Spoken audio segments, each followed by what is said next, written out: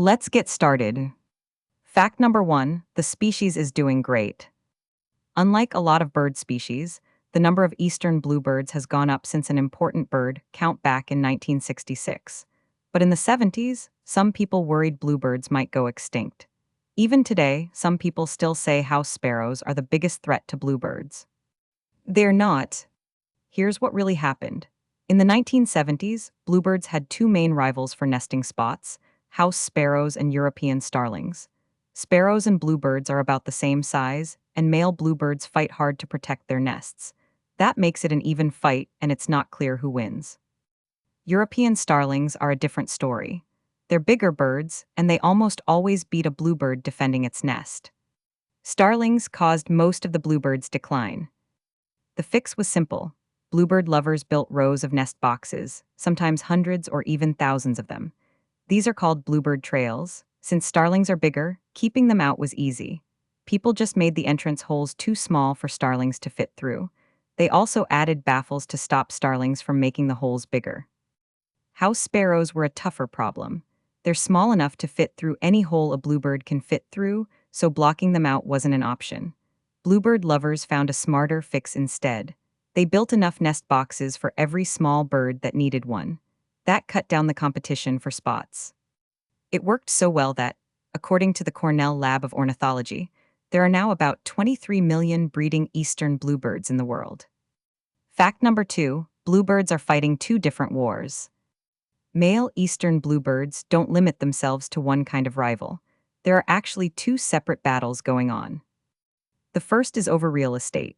Tree swallows, great crested flycatchers, Carolina chickadees, and brown-headed nuthatches all nest in cavities too, and a bluebird will run any of them off if they get too close to a claimed nest box or tree hole. The second battle has nothing to do with nesting sites at all. Robins, blue jays, mockingbirds, and cowbirds don't need a cavity to nest in, so they're never fighting a bluebird over a hole. But they do eat a lot of the same insects a bluebird relies on. That's enough to turn them into targets too. As far as a bluebird's concerned, competition for food counts just as much as competition for a home. And this isn't just a guy thing. Female eastern bluebirds fight too, sometimes even more readily than males when the rival has similar feeding habits. It doesn't stop at other species, either. Bluebird females have been known to fight each other over prime nesting sites, and those fights can turn serious enough to wound or even kill. Fact number three, the blue isn't pigment. That bright blue on an eastern bluebird isn't a pigment at all. There's no blue paint sitting inside the feathers. Instead, the color comes from the feather's structure. Tiny layers inside each feather scatter light in a specific way, and that scattering makes our eyes see blue. Scientists call this structural color. Here's the easiest way to prove it. If you crush one of those blue feathers, the blue disappears. The structure that was scattering the light breaks apart, and all you're left with is a dull, plain color underneath. No blue pigment ever existed to begin with. This same trick shows up in a bunch of other animals. Blue jays use it. Peacock feathers use a version of it too. Even some butterfly wings work the same way. Blue is one of the rarest true pigments in nature, so most animals that look blue are actually faking it with light, not color. For a bluebird, this means the exact shade of blue you see can shift depending on the angle of the light.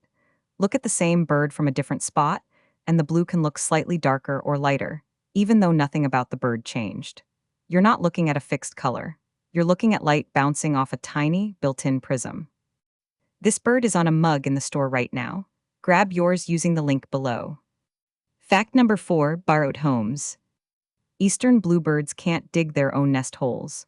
Their beaks just aren't built for it.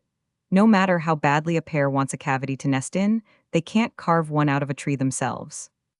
So they rely on leftovers. Most bluebirds nest in old woodpecker holes, holes that a woodpecker drilled out for its own use and then abandoned. Others use natural cavities that form when a branch rots away or a trunk splits with age. That single fact explains why nest boxes changed everything for this species. Before people started building and putting up nest boxes, bluebirds were stuck competing for a limited number of leftover holes. Fewer old trees with rot and fewer woodpecker holes meant fewer places to raise a family. A nest box solves the exact problem a bluebird can't solve on its own. It's a ready-made cavity, no digging required. That's why a few rows of wooden boxes nailed to fence posts and trees could bring a struggling population back from the edge. The birds were never short on desire to nest. They were short on holes. Humans just started supplying them. It's one of the simplest fixes in conservation history. No cavity, no home, so people built one instead. Fact number 5, family helpers. Eastern bluebirds often raise two broods in a single season, one early in the year and a second one later on. What happens between those two broods is the surprising part. Some of the young birds from the first brood don't leave once they're grown.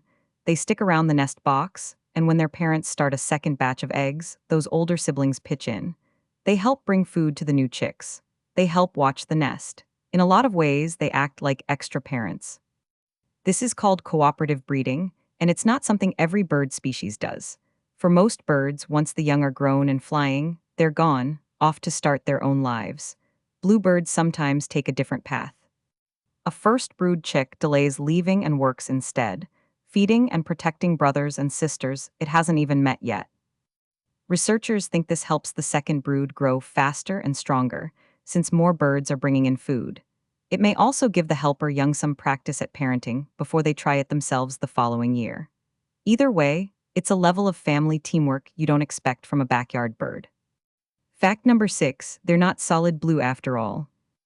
Despite the name, an eastern bluebird isn't all blue. Look closely at one, and you'll see a rusty, orange-red breast sitting right below that blue head and back. The name promises more blue than the bird actually delivers. The bird that actually earns the name is a different species entirely, the mountain bluebird. Male mountain bluebirds are blue almost everywhere. Wings, back, head, and chest, with barely a hint of any other color breaking it up. Next to a mountain bluebird, an eastern bluebird looks almost two-toned. That rusty breast isn't a flaw or a fluke. It's a consistent feature of the species, seen in males and females alike, just in different intensities. Males show it brightest, with a sharp line between the blue and the rust. Females show a softer, more muted version of the same pattern. From a distance or in quick flight, that rusty patch is easy to miss, and the bird can look almost solid blue. Get close, and the two-tone pattern is impossible to ignore. So the next time someone calls the eastern bluebird solid blue, you'll know better. It's a two-color bird wearing a one-color name, and the bird that actually deserves that name lives further west. Fact number 7, a citizen science success story. The Bluebird Trail movement that pulled this species back from decline wasn't run by professional scientists in labs. It was built almost entirely by regular people. Volunteers designed simple wooden nest boxes, built them by the thousands, and mounted them along fence lines, farm roads, and open fields.